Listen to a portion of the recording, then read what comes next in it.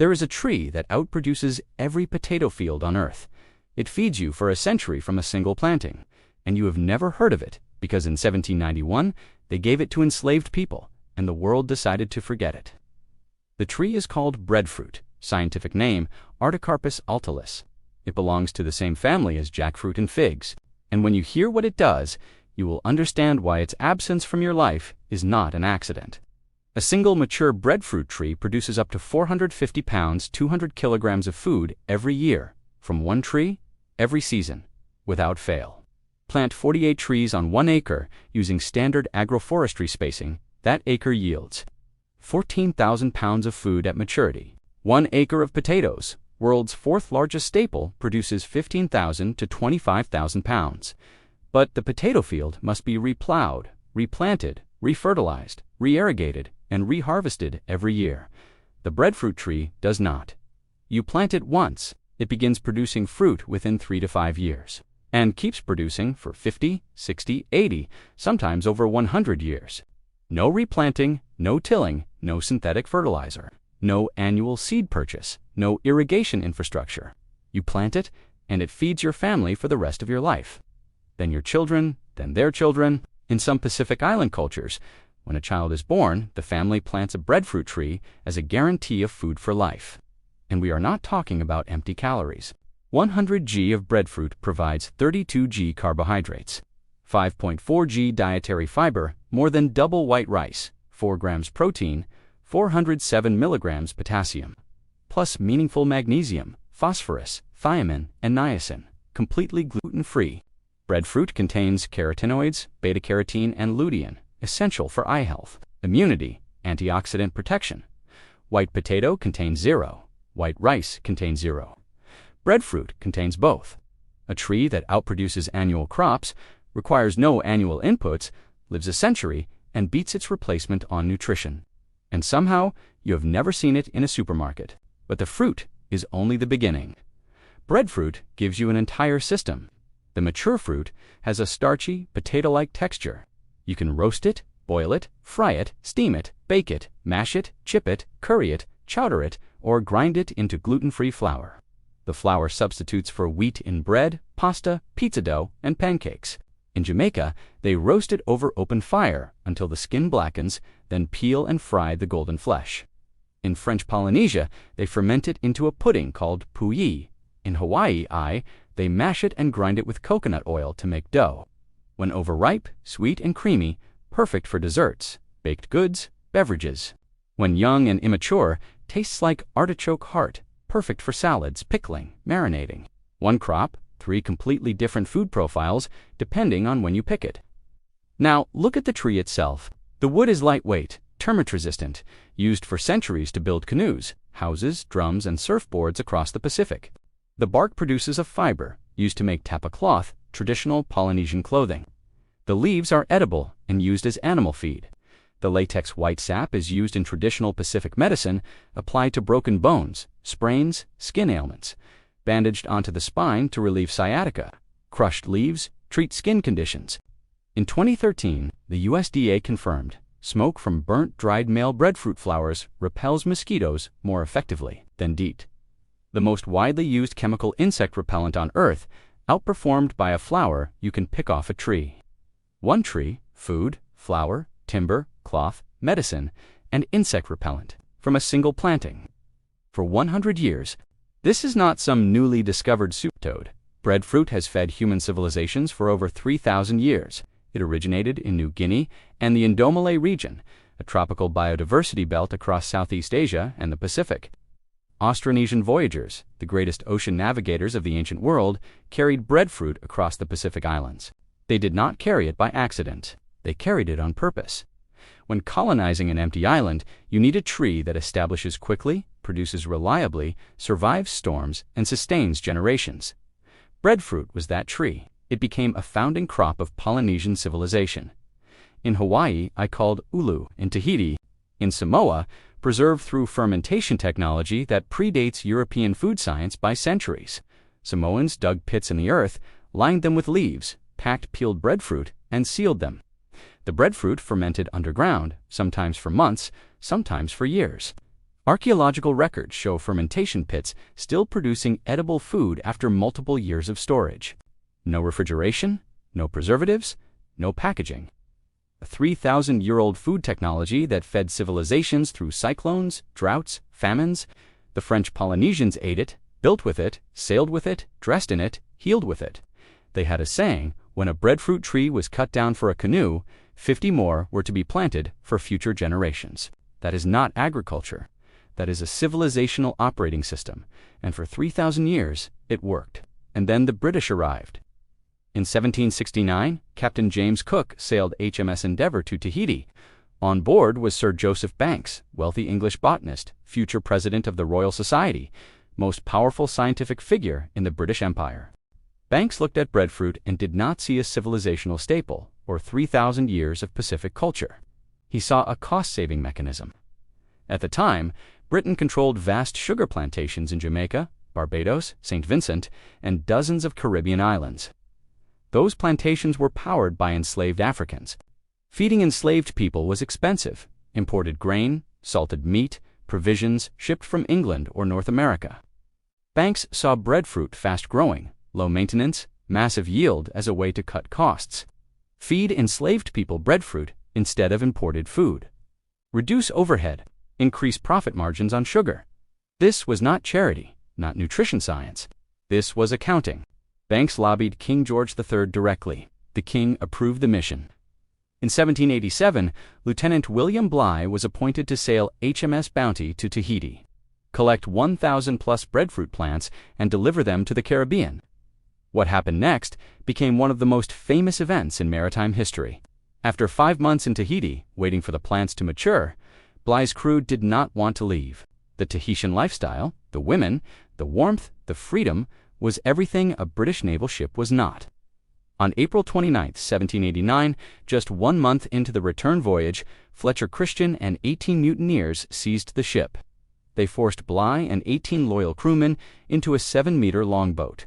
They threw every single breadfruit plant overboard and sailed back towards Tahiti. Bligh, sick, starving, no charts, food for a week, navigated 3,618 miles across open ocean for 48 days.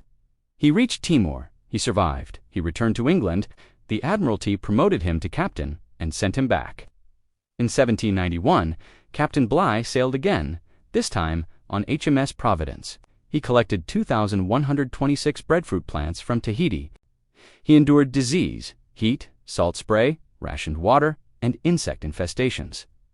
678 plants survived, delivered first to St. Vincent, then to Jamaica.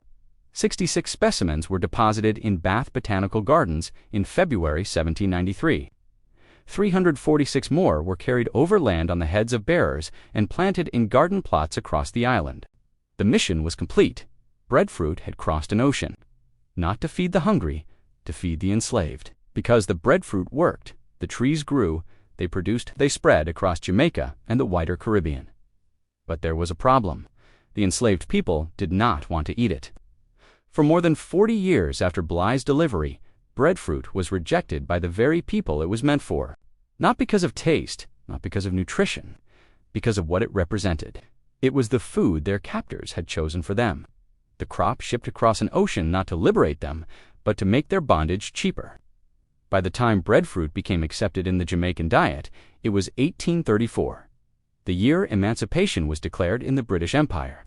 Only after freedom did people choose to eat the fruit that had been forced upon them, but the damage was done. In Caribbean consciousness, breadfruit carried a stain. It was provision food, slave food, poor people's food, a food that reminded an entire population of the worst chapter of its history. In the colonial and post-colonial world, food stigma is not trivial. It determines what gets funded, researched, exported, and forgotten. Breadfruit was forgotten. Not because it failed, not because it was nutritionally inadequate, not because better alternatives existed, but because the people who ate it first were the people the world had decided did not matter. Now compare that silence to the noise around the crops that replaced it. The global potato market is valued at approximately $120 billion. Every year, potatoes are planted, fertilized, irrigated, sprayed, harvested, processed, packaged, refrigerated, and shipped. They require annual seed purchase, annual soil prep, annual pest management. A potato field produces for one season, then it is bare. Then you start over. The global breadfruit market is worth approximately $450 million. That is 0.37% of the potato market, less than half of 1%. For a crop that produces more food per planting over a longer period, with fewer inputs and superior micronutrient density. Breadfruit, flour, shelf-stable, gluten-free, shippable, storable, without refrigeration, has a current global market of $120 million. By 2035, analysts project it will reach $347 million. That is not a market. That is a rounding error in the ledger of global agriculture. There is no breadfruit lobby, no breadfruit futures market, no breadfruit subsidy program, no breadfruit seed patents, because the tree reproduces by sending out root suckers, free of charge, indefinitely. No annual purchase cycle, no input dependency, no recurring revenue model. A crop that feeds people for free for a century without anything bought. Sprayed, shipped, or replaced is not a crop that gets promoted. It is a crop that gets ignored. In 2022, a team at Northwestern University, led by climate scientist Daniel Horton and plant biologist Neri Zariga, published a study in PLOS Climate. They modeled future growing conditions of breadfruit under two climate scenarios: high greenhouse gas emissions and stabilized emissions. The results were extraordinary. Under both scenarios, the area suitable for breadfruit cultivation declined by only 4.4 to 4.5%. That is almost nothing. Compare that to wheat, rice, corn, and soy. All face significant yield declines under the same projections. Some models predict 20 to 30% drops in yield for major cereals by 2080. Breadfruit does not just survive climate change, it is functionally immune to it. The study found vast regions, particularly sub-Saharan Africa, where breadfruit could grow but has never been introduced. Regions with the highest food insecurity on the planet. Regions that currently spend billions importing wheat and rice. Regions where a single tree could feed a family for a lifetime. Daniel Horton, the study's senior author, said, "As we implement strategies to adapt to climate change, breadfruit should be considered in food security adaptation strategies." Neri Zariga added, "In some cultures, there is a tradition to plant a breadfruit tree when a child is born to ensure the child will have food for the rest of their life. A tree, planted once, that outlives the person who planted it. That is not agriculture. That is infrastructure." The Trees That Feed Foundation, a U.S.-based nonprofit, is working in more than 22 countries. They plant breadfruit trees and distribute them to smallholder farmers in tropical regions across the Caribbean, Africa, and the Pacific. Their model is simple: give people trees, the trees feed them forever. In Hawaii, the Ulu Cooperative, has built an entire economic model around breadfruit. They calculate that 5 acres of well-managed breadfruit at 30 feet spacing produces 14,000 pounds per acre at maturity. Net income, $14,000 per year. Internal rate of return, 7 to 9%, with agroforestry, coffee, cacao, banana, taro, and sweet potato between rows, return jumps to 22%, break even at year 6.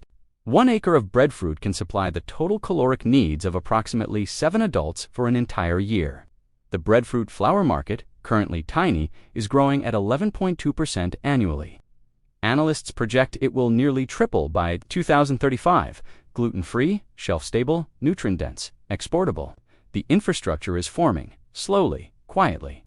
Without a single dollar of the subsidy money that flows to corn, soy, wheat, and potatoes. So let us be clear about what happened. A tree that originated in New Guinea was carried across the Pacific by the greatest seafaring culture in ancient history. It fed civilizations for 3,000 years. It provides food, wood, cloth, medicine, and insect protection from a single planting. It requires no fertilizer, irrigation, pesticides, or annual replanting. It produces 450 pounds of nutrient-dense food per year. It lives for a century. It sequesters carbon. It survives climate change. It can be dried, fermented, ground into flour, fried, roasted, boiled, or eaten raw.